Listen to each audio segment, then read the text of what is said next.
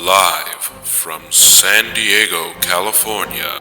We go live to the newsroom with your host for Nick's Nerd.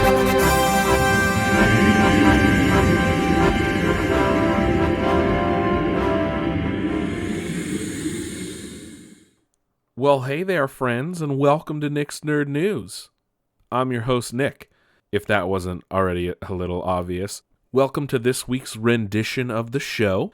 I'd like to start off always just doing a little shameless plug here for the Instagram and Facebook and Twitter and Nick's Nerd News, all three of those. Just type that in, you'll find it. Just look for the logo. I'm sure you're used to seeing that when you see it on your preferred podcast origin.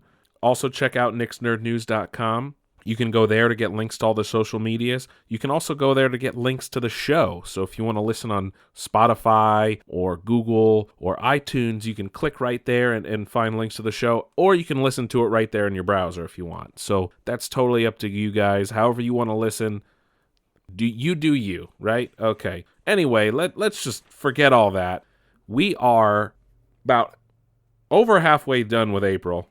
And a lot of stuff happened this week in terms of just about everything, actually. Obviously, last week the major news was Star Wars Rise of the Skywalker, and theories are just flying around everywhere. I mean, I'm sure you've heard enough. I spoke at length about Star Wars Celebration, and obviously we have months to go before the movie comes out, so people will just be speculating wildly. And obviously more trailers will come out as time goes forward.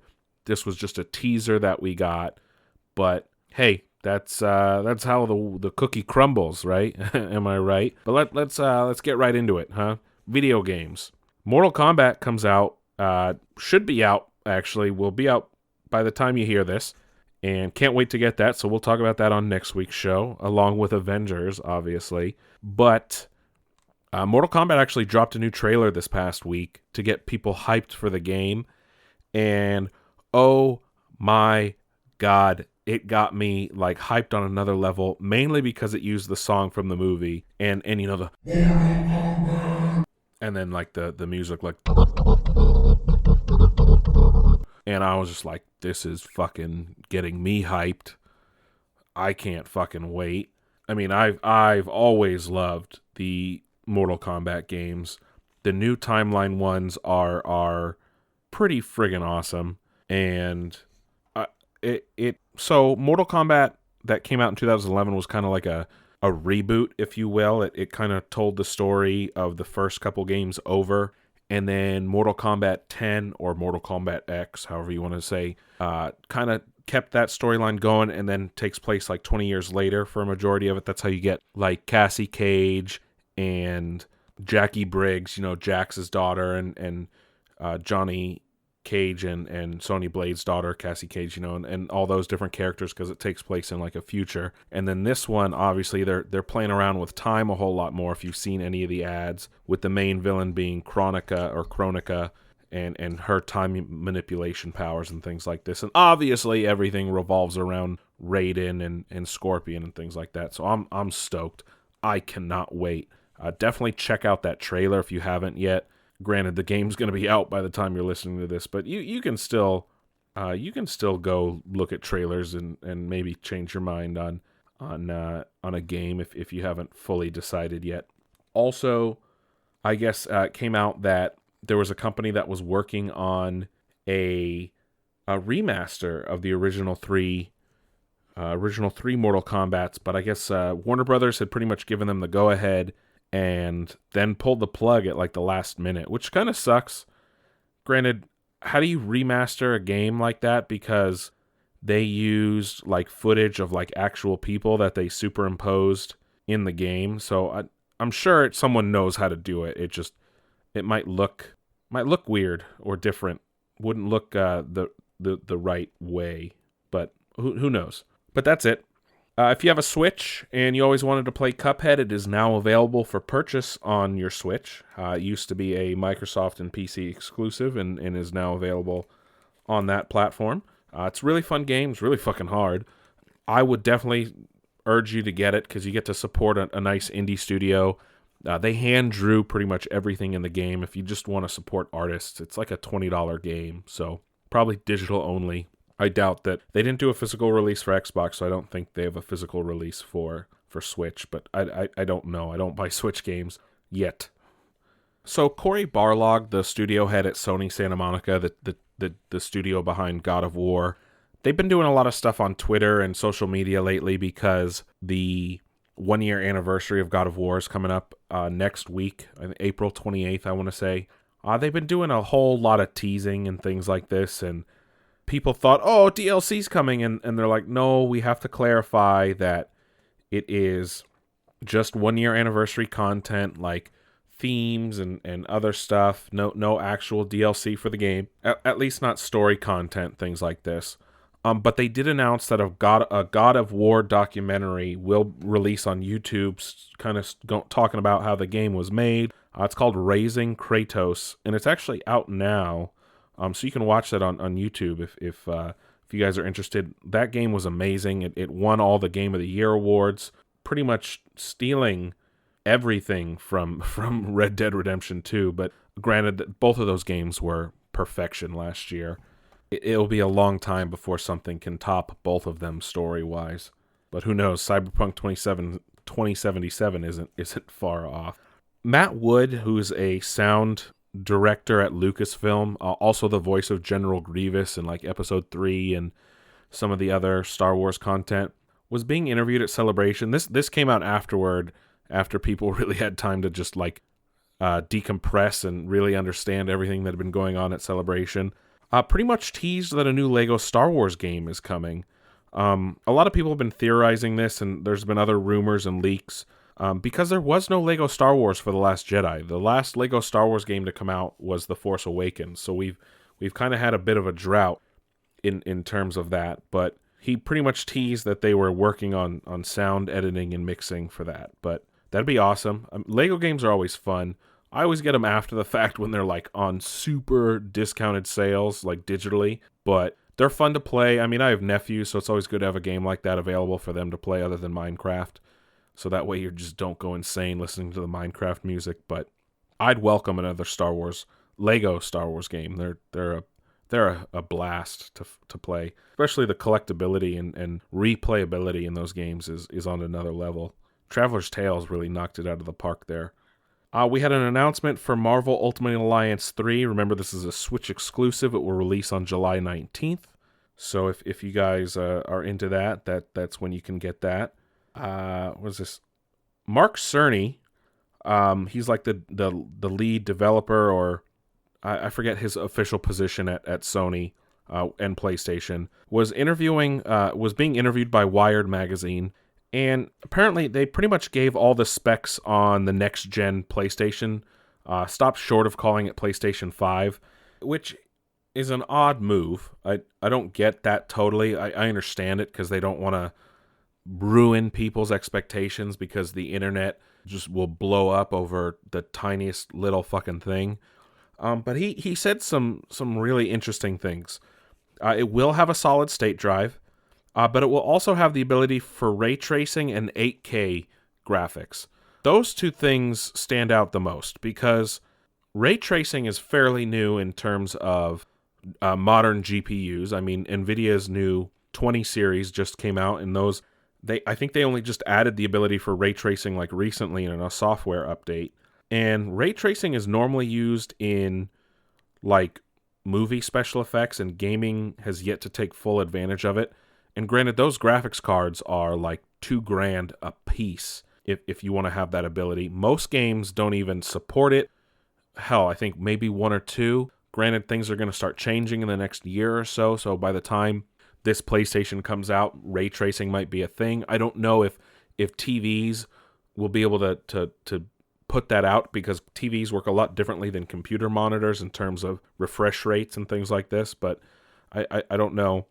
The 8K was really interesting because we only really got our first 8K TVs released at CES this year, and they're ridiculously expensive. Granted, 4K TVs came out a long time ago and were really expensive in the beginning, but 4K is only really being widely adopted in the last year or so, so this is an odd move by them to just be like, oh, an 8K, because like who cares? The general consumer, the majority of people that are going to buy this console, and like the 90 plus million people that bought PS4 are not going to have an 8K TV.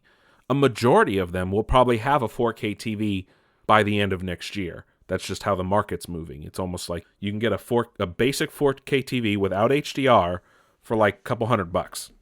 So the 8K comment was like, cool. Like granted, I'm an early adopter, what you would call that, because I like to get things new and as soon as I can, money withstanding.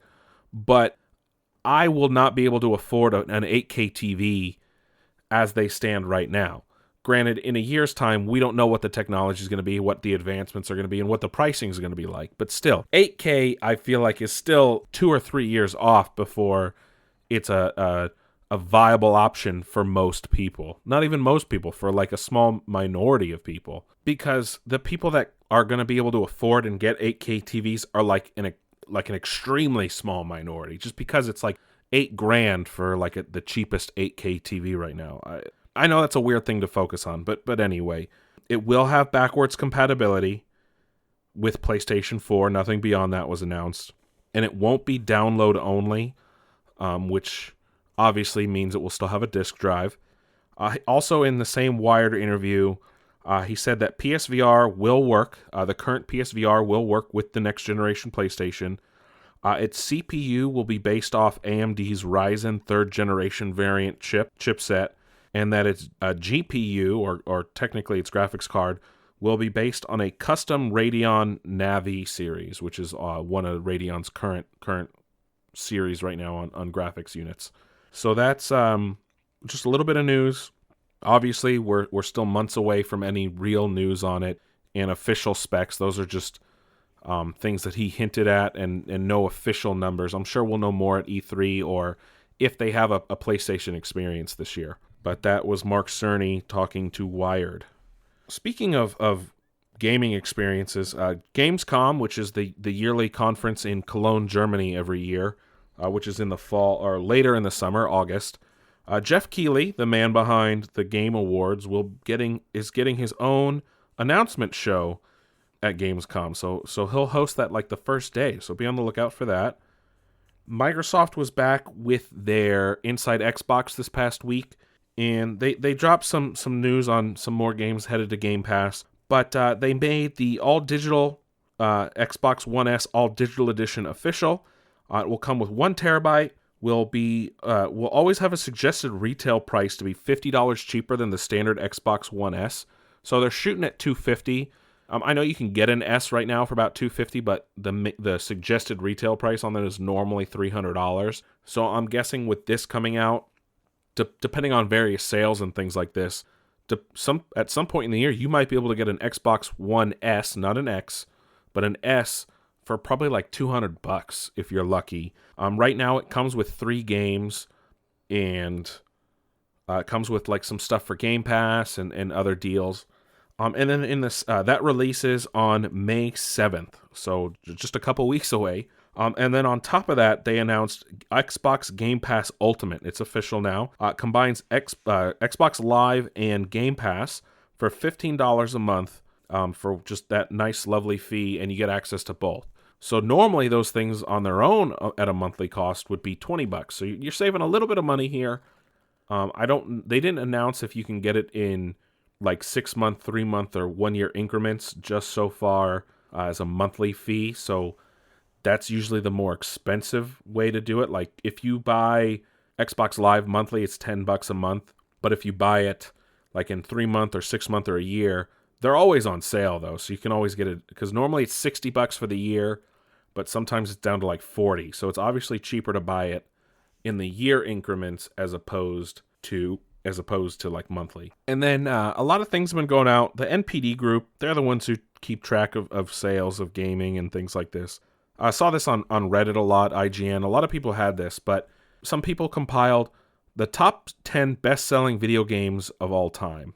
And this is just the top 10, obviously. So Diablo 3 is sitting somewhere around 30 million copies sold, and that released in 2012. So that hasn't had it's had quite a bit of time to get up to that 30 million. But let me put some other things. When we get closer, you'll understand that it's a little ridiculous.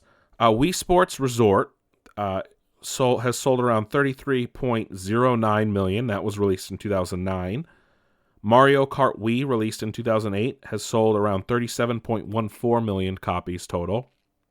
The original Super Mario Bros., which released in 1985, has sold around 40 million copies.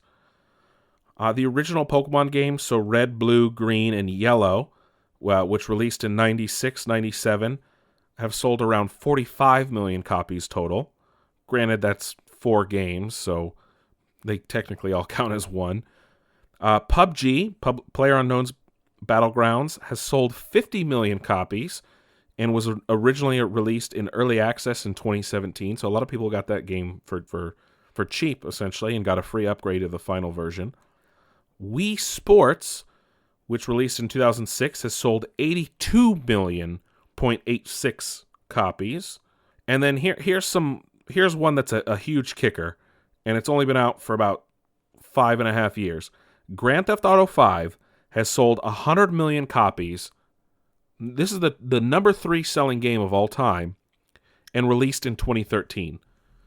So look at this. Diablo couldn't get its shit together in 7 years and sold 30 million copies, where GTA is essentially just printing money for Rockstar and Take-Two Interactive. Sold 100 million copies in 5.5 years. Crazy. And then Minecraft, who Microsoft bought for $2 billion a number of years ago, has sold 154 million copies, and its original release was 2009. That's insane. Almost 200 million copies in about 10 years. And then the number 1 selling game of all time, and this is taking into account numerous different factors and different versions, obviously. So it's cheating a tiny bit, but Tetris has sold 500 million copies since 1984, making it the number 1 selling game of all time.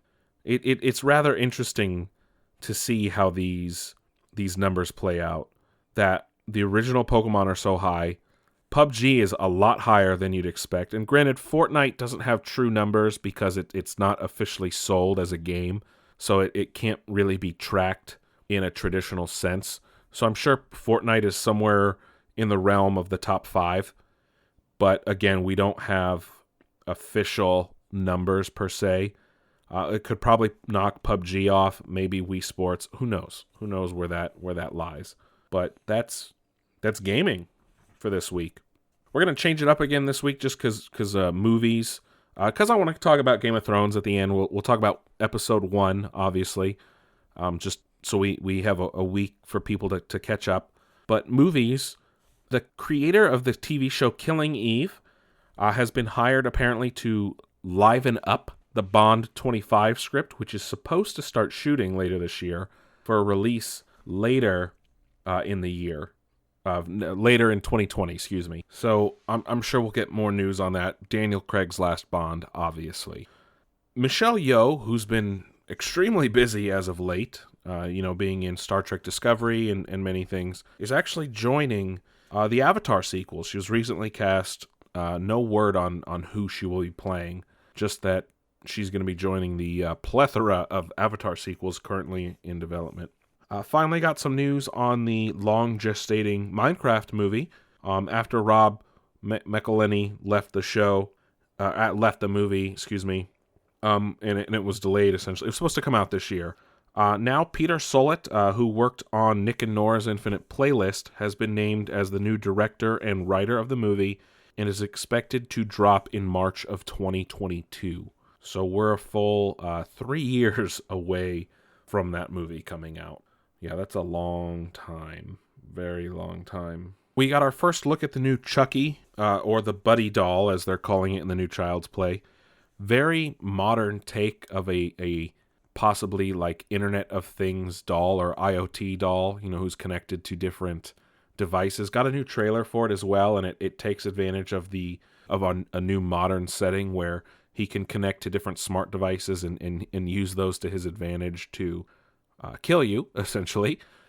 I know they said Mark Hamill is voicing him, but you don't really get a whole lot of that in the trailer. Maybe because the trailer was cut before they cast him, and he hasn't been able to really record his lines just yet. Speaking of casting, there's news that John Cena is circling the new Suicide Squad movie to essentially take over for Bautista, who had to bow out for scheduling reasons. This is rumored to be the Peacemaker character. This would be John Cena's first superhero movie since he parlayed into the job of acting from being a professional wrestler. If he does join the Suicide Squad, he's actually become a really good actor. In the beginning, he wasn't great. Obviously, The Rock wasn't great in the beginning either. But if you want to see a really good John Cena, watch Blockers, which he plays like one of the parents trying to block their kids from getting having their first time having sex. Obviously, in on prom night. I reviewed that movie a while back when it came out, and he was really good in that Amy Schumer movie. I can't think of the name, but he was really funny in that as well. But he's definitely grown as an actor, so that's good. I'd welcome him in that. And obviously he was in Bumblebee. I haven't seen it yet. I do want to watch it, but I heard he was a standout in that movie as well. Spider-Man: Far From Home. Speaking of superhero movies, has had its release moved up about 3 days. So it was originally scheduled to come out on July 5th. It will now come out on July 2nd, so that way people can take full advantage of it on their 4th of July holiday, if they have one, obviously. And Kevin Feige, the head of the Marvel Studios, was giving a talk to fans in Shanghai, and Newsweek got him saying that it's the end of the third phase for him. So everyone thought that Phase 3 ends with Avengers Endgame next week, but I guess according to him, technically Far From Home was supposed to start Phase 4, but I guess this is going to be the end of Phase 3 then, which opens the door to a whole lot more answers, or wrong, it opens the door to a whole lot more questions than answers, which, that makes no sense, man. I'm confused. That makes my head hurt. Just like, what? How does that play into the story that's being told in Phase 3? Does that make Far From Home a prequel to Endgame now and Infinity War? Is it a sequel? Do we know? Like, I don't understand. Granted, you can't trust the trailers anymore because they've openly admitted that they lie. But granted, this is technically a Sony production, so I don't know. I don't know at all. Staying on the MCU beat here real quick, Tessa Thompson, who played Valkyrie in Thor Ragnarok, has heard that Taika Waititi has already pitched Thor 4 to Marvel. Now, this is just things that she had heard. She didn't confirm. It goes in line with that recent interview that Chris Hemsworth gave, saying that while he had kind of become disillusioned with the character after Thor: The Dark World, but then Thor Ragnarok really reinvigorated his love for the character, and he would like to keep staying Thor. So who knows what's in store for the future of Thor.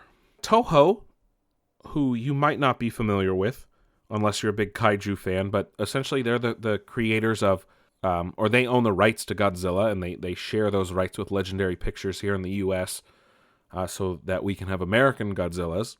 But Toho is probably one of the largest studios outside of the U.S. film industry.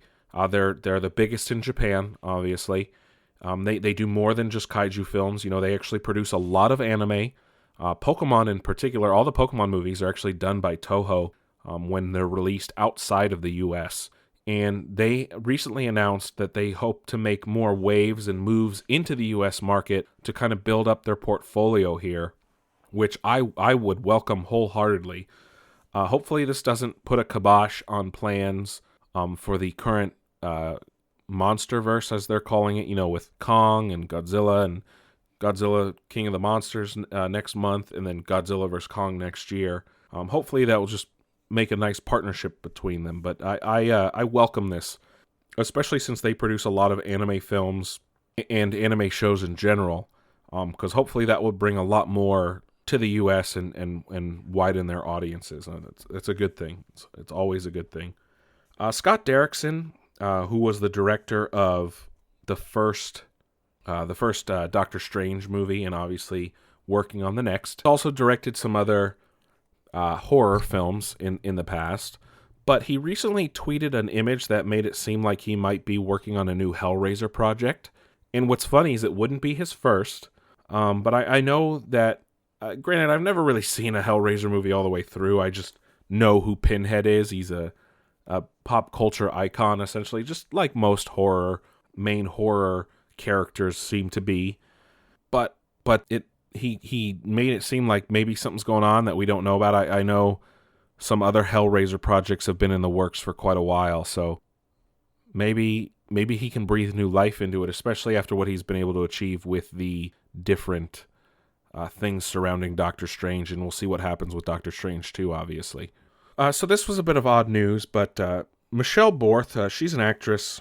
She played a little bit of spoiler alert here for Shazam. It's been out 3 weeks now. If you didn't know, I mean, you might have not seen this online yet, but the Marvel extended family shows up in Shazam. You know, Mary Marvel, Captain Marvel Jr. I don't remember what the other ones are called, but I don't even know if they're going to go by that name anymore, because that's what they are in the comics still.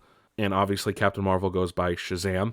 Yes, I'm talking about Shazam and not Captain Marvel, so just bear with me here. But Michelle Borth, the actress who plays the grown-up, the Shazam version of Mary Marvel, not Mary, one of the foster kids, recently said that she has signed with DC and Warner Brothers for a 5-picture deal.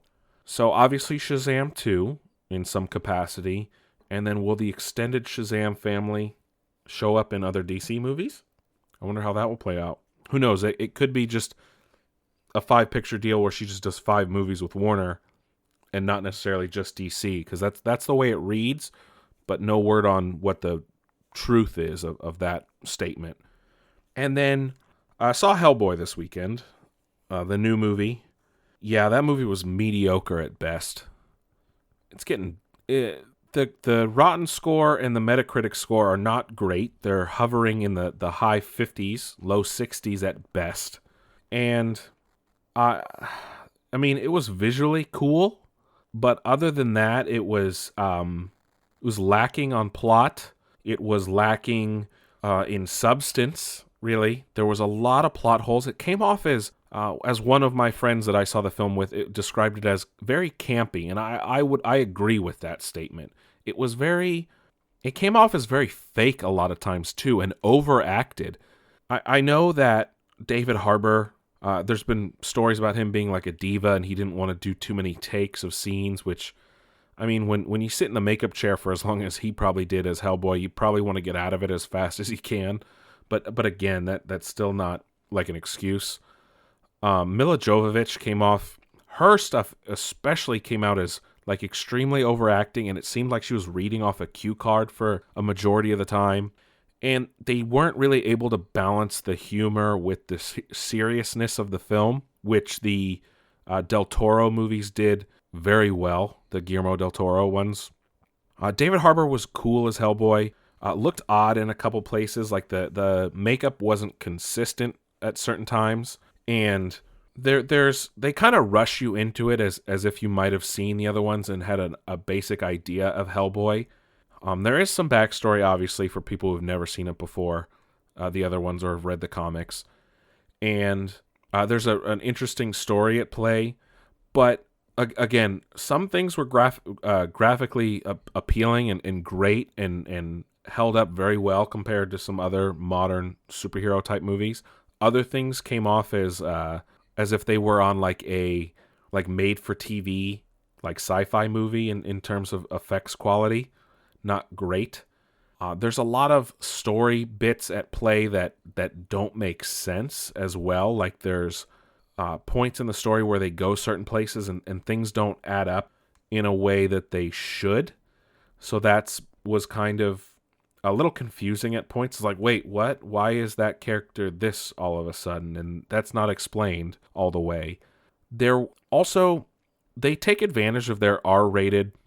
Or actually, sorry, before I go too far, let me go back to the the graphics for a bit. There's a lot of fight scenes in this movie, and at points, a lot of these fight scenes have a lot of strobing light effect, like lightning or things flying by, and it kind of helps them hide the fact that they didn't do a whole lot in terms of their effects budget that might have been wasted on like a scene early on in the movie. They use that like strobe effect to kind of hide the fact that the fight scenes aren't well choreographed or graphically pleasing to look at, and that could be part of it, which was another thing that kind of took away from the movie.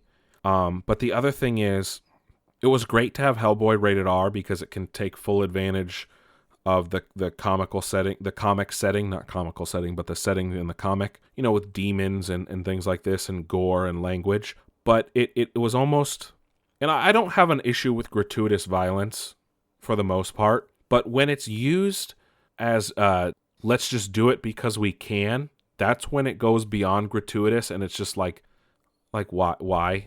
And they like overemphasize the fact sometimes at like the desiccation of people and the brutality of these different situations with demons, like ripping people apart, and it was almost like it didn't make me feel uncomfortable. I don't want to make it seem that, but it was just kind of like, but why? And it was like, it was too over the top, and it's almost like, hey, we can be rated R, so let's just do it because.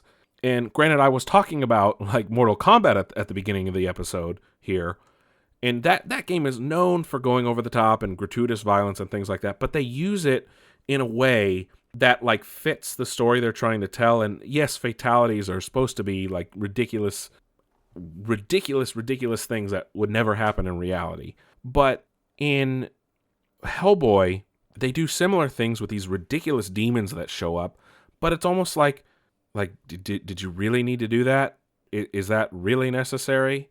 And it was almost just like it was laughable to a degree, the things that were going on. And I just felt that it was too much. And I usually don't say that.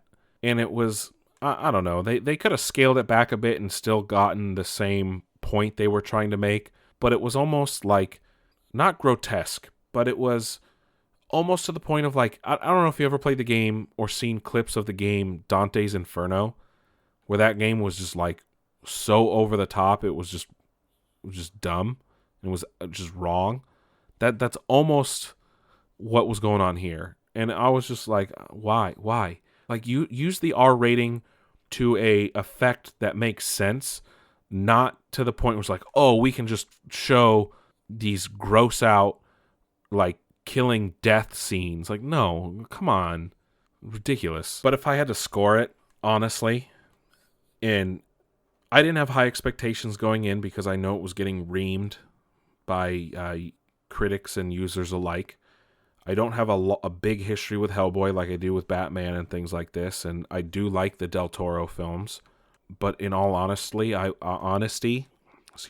would give Hellboy, the 2019 film, a 4.5 out of 10. Like I said, mediocre at best. And there were serious issues with this movie. It does leave the door open for a sequel. I don't know if it will get one because it's not making money at all. It didn't even win its first weekend. It dropped to like 3 or 4 in its second weekend. It is not doing well financially, at least in the U.S. I don't know what it's doing abroad. So it's not by any means a good thing. And that happens in the movie industry. I mean, not everything's going to be a winner. Not everything's going to be a Marvel knock it out of the park $1 billion easy. So that's it for movies. Let's finish off with TV here. The creator of BoJack Horseman and the artist from BoJack, whose style is used in BoJack Horseman, is creating a new show. It's called Tuca and Birdie, and it will be on Netflix, and it's got the same artistic style as BoJack, obviously, as it's the same artist. Unfortunately, it doesn't take place in BoJack's world, which is a missed opportunity, if you ask me. But it's about a toucan and like a bird, and I guess they're long friends, but the toucan is being played by Tiffany Haddish, and then the bird is being played by Ali Wong. It looks funny, especially seeing like anthropomorphic animals interacting as if they were like real people, and with real people while they're at it. So I'm excited for that show. It looks funny. If it's the same people involved with BoJack, you know it's going to be at least decent, if not really good. So I'll definitely give that a chance. Ali Wong and Tiffany Haddish are pretty funny comedians, however you say it. So I have decent hopes for this show. And back to Michelle Yeoh. Look at that. Twice we're talking about her today on the show, on Nick's Nerd News here. And she was talking about Star Trek Discovery as she was back in Season 2. And she's actually going to be in their spin-off show about Section 31. She was just talking about how that show's going to start production later in the year and things like this. And Section 31 is like the Black Ops group for the United Nations Space Command. United Nations Space Command is Halo. In the United Federation of Planets is Star Trek. It's like their Black Ops group, and they have technology usually that's beyond what the normal Federation has. Their first appearance was minor roles in the original series. We didn't see them again until Deep Space Nine and the Dominion War, things like that. Section 31 was actually involved a tiny bit in Star Trek Into Darkness as well, the second in the Kelvin timeline movies. They've had a big presence, though, in Star Trek Discovery, and it looks like she's going to be part of the cast on the new Section 31 Focus show. No word on if that's the official name yet or not, but she said production starts later this year. Speaking of Star Trek, the Jean-Luc Picard show has added a couple cast members, including Alison Pill, who is joining as a series regular. You might know her from Scott Pilgrim vs. the World and some other movies and programs. She was in the Newsroom. They did not announce what her role would be, just that she would be a series regular along with some other actors. But they also did discuss that Jonathan Frakes, known as Lieutenant Commander Riker in The Next Generation, will be directing 3 episodes of the series. He's actually been a longtime director of Star Trek shows. He's done quite a few episodes of The Orville as well, the Seth MacFarlane spoof, if you will, of Star Trek. Manifest was renewed for a season 2. I don't see it going much farther than that, as we've discussed on this show previously. The Lord of the Rings Amazon show is expected to begin filming in August in Edinburgh. So not in New Zealand, like the movies, but in Edinburgh, Scotland. So that presents itself already distancing itself from the tone of the movies, just in setting alone.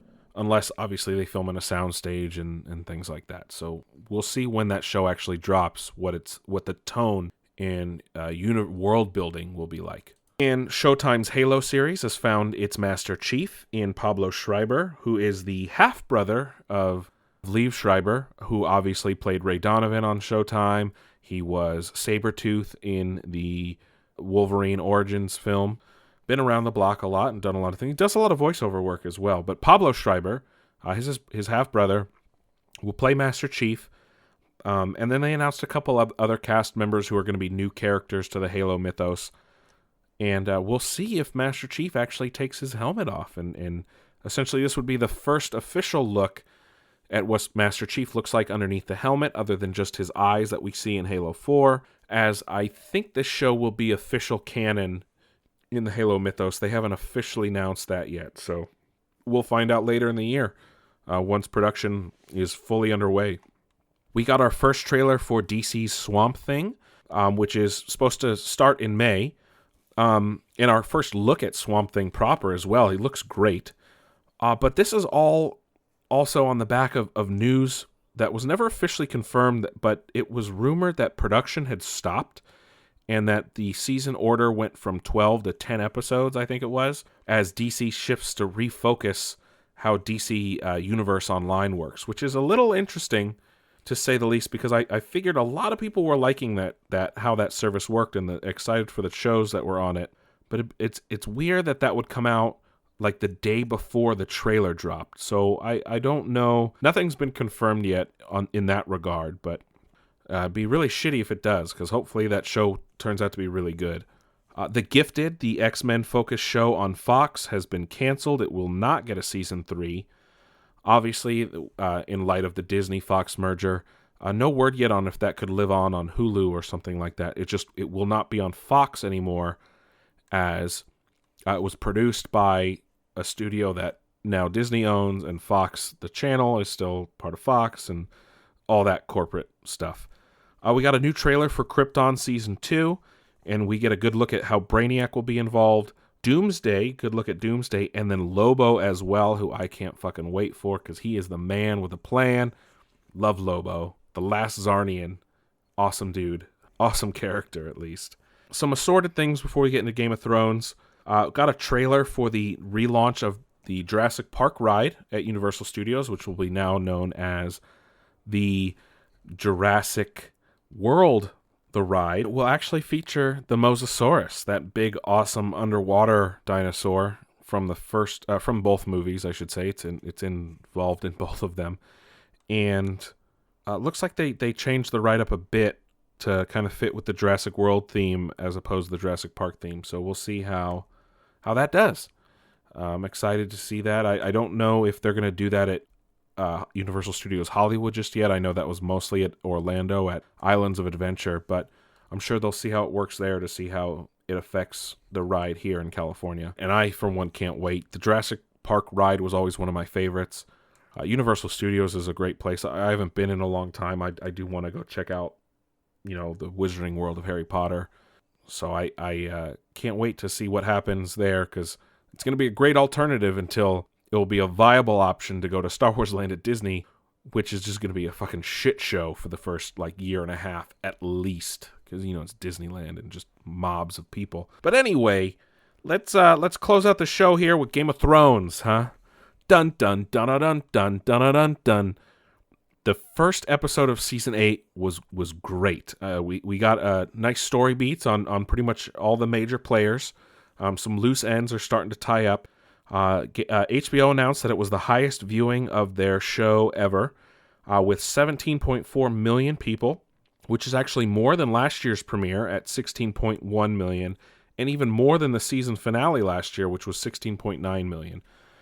So somehow they just keep getting more and more people, obviously as more and more people have a chance to binge it and catch up and things like this. So that is a huge number, especially for HBO. For a cable network to get 17.4 million viewers on a premiere. It also came out that George Lucas was actually there while they were filming the first episode, and he helped direct a few scenes. You can actually see this in the After the Thrones, little documentary clips that they do about the episode. But no, let's get into that episode though. That was great. Obviously, spoilers ahead. So if you are averse to spoilers or are waiting till the end of the season to just binge it all at once, thank you guys for listening. This is going to be essentially the end of the show for you here. But let's get into spoilers here. Obviously, we're back at Winterfell, and the show opens with the Unsullied marching into Winterfell along with, Jon Snow and Daenerys and all those characters that were rescued at the end from the horde of undead in north of the Wall, and obviously after the Wall came down. And it interesting dynamic right off the bat. So Bran and all them are at Winterfell when they arrive.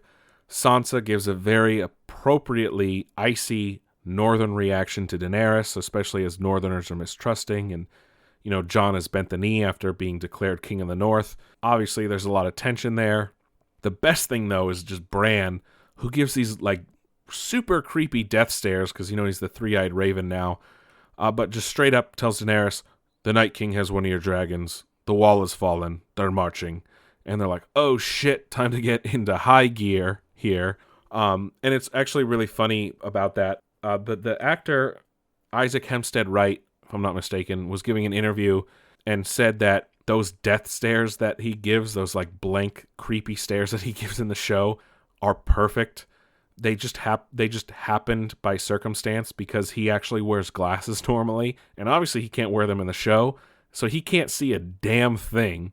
So he's just trying to focus on just shapes, and that's how he's able to get this creepy stare, and it works perfectly because he's supposed to be out of touch because he's the three-eyed raven. And anyway. A lot of character reunions. Arya and the Hound, who she thought was dead. Arya and Gendry, who she hasn't seen since, what is that, like season 2, I think. A nice interplay there to see them reunite and be together again. Jon and Sansa, obviously. Sansa and Tyrion haven't seen each other since season 4, after Joffrey died at the Purple Wedding, obviously, between Joffrey and Marjorie. A lot of other character reunions that played well, and I'm excited to see what happens with this show. Obviously, they're building up to a major thing that's going to happen early in this season. Granted, we only have 6 episodes here, people, so things are going to start like moving real fucking quick, you know, like snapping my fingers here real fucking quick. And there is going to be a lot of major moves happening. Another thing that happens is, so obviously the wall came down at the end of season 7, but we didn't know how far into the north the White Walkers and their army of undead have come. And at some point we see, so the Umbers, which are bannermen of House Stark, leave early on in the episode to go back to their keep and gather their people and everything like that. So we cut to a little later in the episode and we see some of the members of the Night's Watch who had come from Castle Black. They're exploring Last Hearth, which is the seat of House Umber. And speaking of Last Hearth, we actually got a new opening cinematic for Game of Thrones this season. They start north of the wall this time and go through the opening. That's when they go to Last Hearth that you see, that's that castle in the north. They go to Winterfell.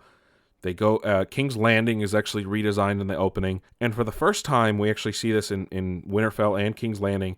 We actually get to see like interiors of the buildings being built up in a way that of traditional of the opening. But what's interesting though is we only get Last Hearth, the Wall, Winterfell, and King's Landing in the opening now.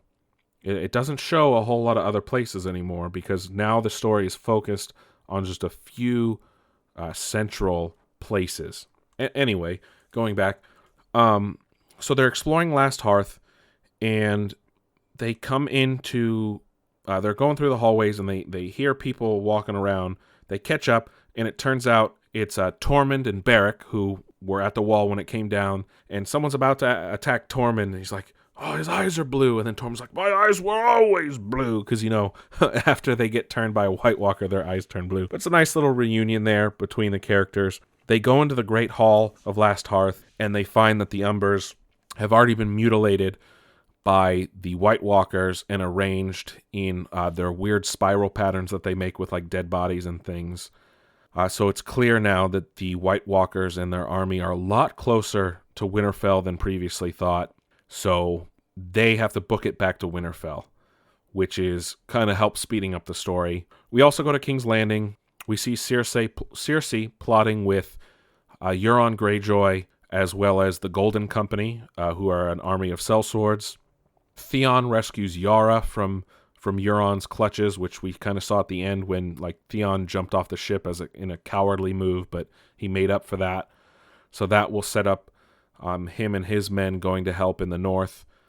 And then, in a bit of somewhat expectedness, Cersei has Maester Qyburn go and fetch Bronn, who, in my opinion, is the best character on the show, and hires Bronn to go to the north to kill both Jaime and Tyrion, because at the end of Season 7, Jaime is seen riding north as snow begins to fall on King's Landing. As Cersei is pissed and went back on her promise to help Jon and Daenerys, and only Jaime goes, clearly signifying that she's going to betray Daenerys and hopefully that they all die in the north so she can continue on leading the Seven Kingdoms, because she's a fucking bitch. I would use a different word, but that I think that goes beyond the explicit words used on Nick's Nerd News. It's a see you next Tuesday. That's for damn sure. Cersei fucking sucks. I fucking hate her. And what was a bit of a gut-wrenching, heartfelt moment, though, granted not super heartfelt, but like one that tugs at your heartstrings, was the first interaction of Jaime and Bran since really the first episode when Jaime pushed him out of a window. But Jaime sees Bran paralyzed in a wheelchair, and they lock eyes with Bran's weird-ass stare, and then it just ends. But Oh man, they are setting up a lot. Things are moving slow, but moving fast at the same time. Again, 6 episodes total, so we only have 5 left to talk about, and obviously only 4 left to air as by the time you hear this. But that was Game of Thrones.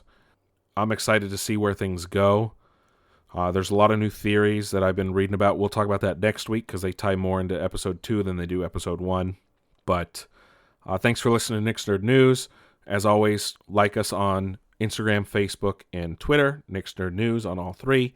Check out nicksnerdnews.com. You can find links to the show, links to the social medias. If you want to listen on iTunes, Google Play, or Spotify, or right in your browser, you can do so. Like, subscribe, comment, share. Share me with the world so everyone can hear the voice of Nick and my glorious interpretations and extrapolations on things. But thanks for listening again, and catch you guys on the flip side.